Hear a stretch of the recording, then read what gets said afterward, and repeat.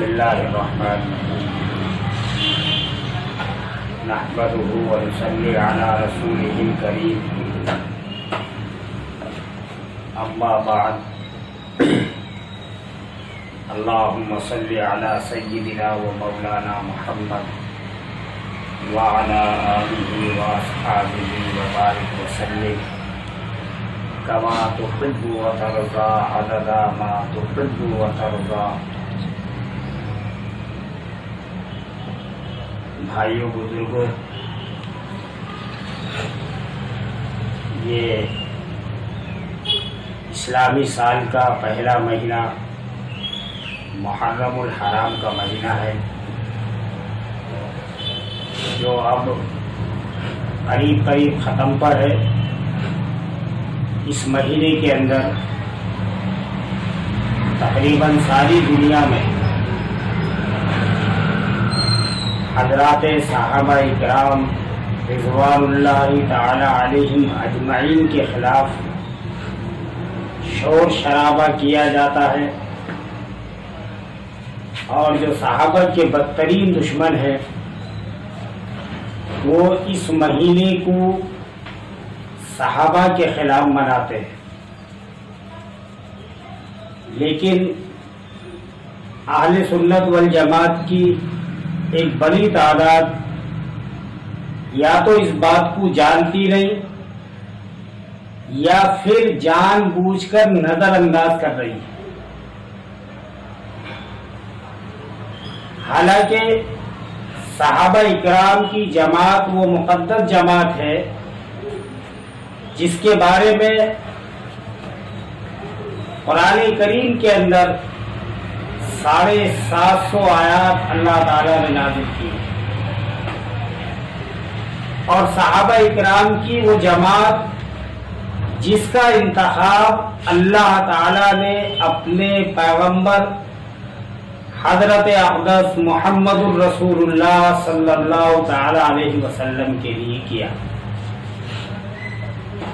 حضرات صحابہ اکرام کی جماعت وہ جماعت ہے جس جماعت کو براہ راست اللہ کے نبی علیہ السلام نے علم سکھایا، قرآن سکھایا، اور صحابہ اکرام کی تربیت خود اللہ کے نبی پاک نے کی۔ اب دنیا کے اندر اگر کوئی بے عقل بے وقوف شخص حضرات صحابہ اکرام پر اعتراض کرتا ہے یا صحابہ اکرام پر انگلی اٹھاتا ہے، نشانہ بناتا ہے اور ان کی شان میں گستاخی کرتا ہے، در حقیقت وہ اللہ کے نبی علیہ السلام کے اوپر اعتراض کر رہا ہے، کیونکہ صحابہ براہ راست اللہ کے نبی کے شاگرد ہیں۔ حضور علیہ السلام نے خود صحابہ اکرام کی تربیت فرمائی، اور آج ہم دنیا کے اندر دیکھتے ہیں کہ ایک مدرسے میں پڑھانے والا استاد یا اسکول میں پڑھانے والا ٹیچر وہ کبھی کسی کی زبان سے یہ سننا برداشت نہیں کرتا، یہ گوارا نہیں کرتا کہ اس کے طالب علموں کو، اس کے شاگردوں کو کوئی اور ٹوکے یا برا بھلا کہے۔ تو اب آپ سوچئے، اگر حضرات صحابہ کو کوئی برا بھلا کہتا ہے، حضرات صحابہ کی شان میں گستاخی کرتا ہے، تو اللہ کے نبی علیہ السلام اس کو کس طرح برداشت کر سکتے ہیں؟ بہرحال صحابہ اکرام کے سچے ہونے کا اعلان اللہ کے قرآن نے کیا، صحابہ کے ہدایت یافتہ ہونے کا اعلان اللہ کے قرآن نے کیا، اور صحابہ کے کامیاب ہونے کا اعلان اللہ کے قرآن نے کیا۔ اس کے باوجود آج دنیا میں ایسا بھی ایک بدبخت فرقہ ہے، طبقہ ہے، جو حضرات صحابہ کرام کو برابر نشانہ بناتا اور صحابہ کرام کی شان میں گستاخی کرتا۔ بہرحال ان سے ہمیں کوئی لینا دینا نہیں، ہمیں افسوس اس بات کا نہیں، کیونکہ ان کے مذہب کی بنیاد ہی صحابہ کرام کی دشمنی پر رکھی گئی. لیکن افسوس ہمیں اس بات کا ہے کہ اس وقت وہ لوگ جو اپنے آپ کو اہل سنت والجماعت بھی کہتے ہیں اور بدقسمتی سے دنیا ان کو عالم کی حیثیت سے بھی جانتی ہے اور وہ اپنے وقت کے بڑے محدث، مفسر، فقیہ اور خطیب سمجھے جاتے ہیں، لیکن وہ صحابہ پر اعتراض کرے اور صحابہ پر انگلی اٹھائے یا صحابہ کی غلطیوں کو اجاگر کریں. آج اس وقت پوری دنیا کے اندر ایک عجیب و غریب ماحول بنا ہوا ہے اور سب سے آسان کام صحابہ کرام پر اعتراض کرنا ہے اور پھر سوشل میڈیا کے ذریعے اس کو دنیا کے اندر پھیلا دینا. حالانکہ صحابہ پر اعتراضات آج ہو رہے، یہ کوئی نئی بات نہیں، ایک زمانے سے ہو رہے، 1000، 1200، 1300 سال سے ہوتے آ رہے، لیکن وہ چھپ چھپا کے اپنے گھروں میں، اپنے امام باڑوں میں بیٹھ کر لوگ کیا کرتے تھے.